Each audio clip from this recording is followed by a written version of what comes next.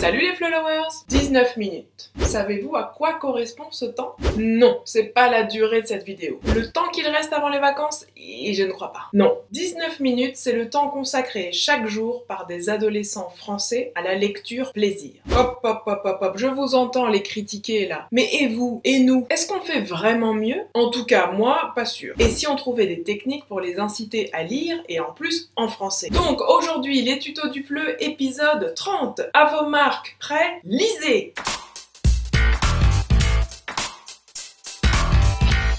Le saviez-vous? L'espace virtuel inaugure une nouvelle rubrique pour travailler la littérature, mais de manière visuelle. Une bonne manière de leur donner le goût de la lecture. Par exemple, on a ici une vidéo. Je vous en montre quelques secondes.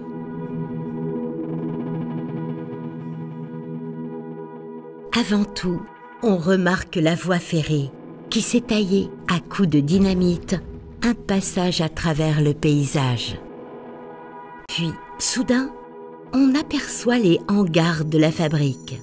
Cette vidéo illustre un extrait d'une nouvelle, La Fabrique de Jack Sternberg, et une fiche pédagogique permet d'amener progressivement les élèves à comprendre l'extrait jusqu'à être capables de le réécrire sous forme de dictée coopérative. Si les élèves ont accroché, on pourra ensuite leur proposer de voir toutes les autres vidéos de la section littérature visuelle et peut-être même de lire d'autres écrits de ces mêmes auteurs et autrices. Un autre moyen de faire lire nos élèves sans vraiment les faire lire, il faut savoir ruser, c'est de leur proposer les lectures de la collection 24 heures sous forme de livres audio. En effet, vous pouvez télécharger l'intégralité du livre en version audio pour entrer dans l'histoire les yeux fermés. En plus, il y a 6 livres différents parfaitement adaptés aux adolescents dès le niveau A1. Enfin, quoi de mieux pour rentrer dans la lecture en français que la bande dessinée? Et en plus, si c'est une BD adaptée à son niveau de français, c'est parfait. Avez-vous déjà lu et fait lire Manon Échec au roi, la BD des éditions Maison des langues? L'histoire est très prenante et les dessins vraiment beaux. Et en plus, à la fin du livre, on trouve quelques activités pour vérifier la compréhension des élèves. Je suis d'accord qu'avec ces activités, on ne travaille pas toujours la compréhension écrite, mais parfois plutôt la compréhension orale. Mais l'idée, c'est vraiment de donner aux élèves le goût de lire et de les faire rentrer plus facilement, progressivement dans la littérature francophone. Avant de nous quitter, je vous propose le challenge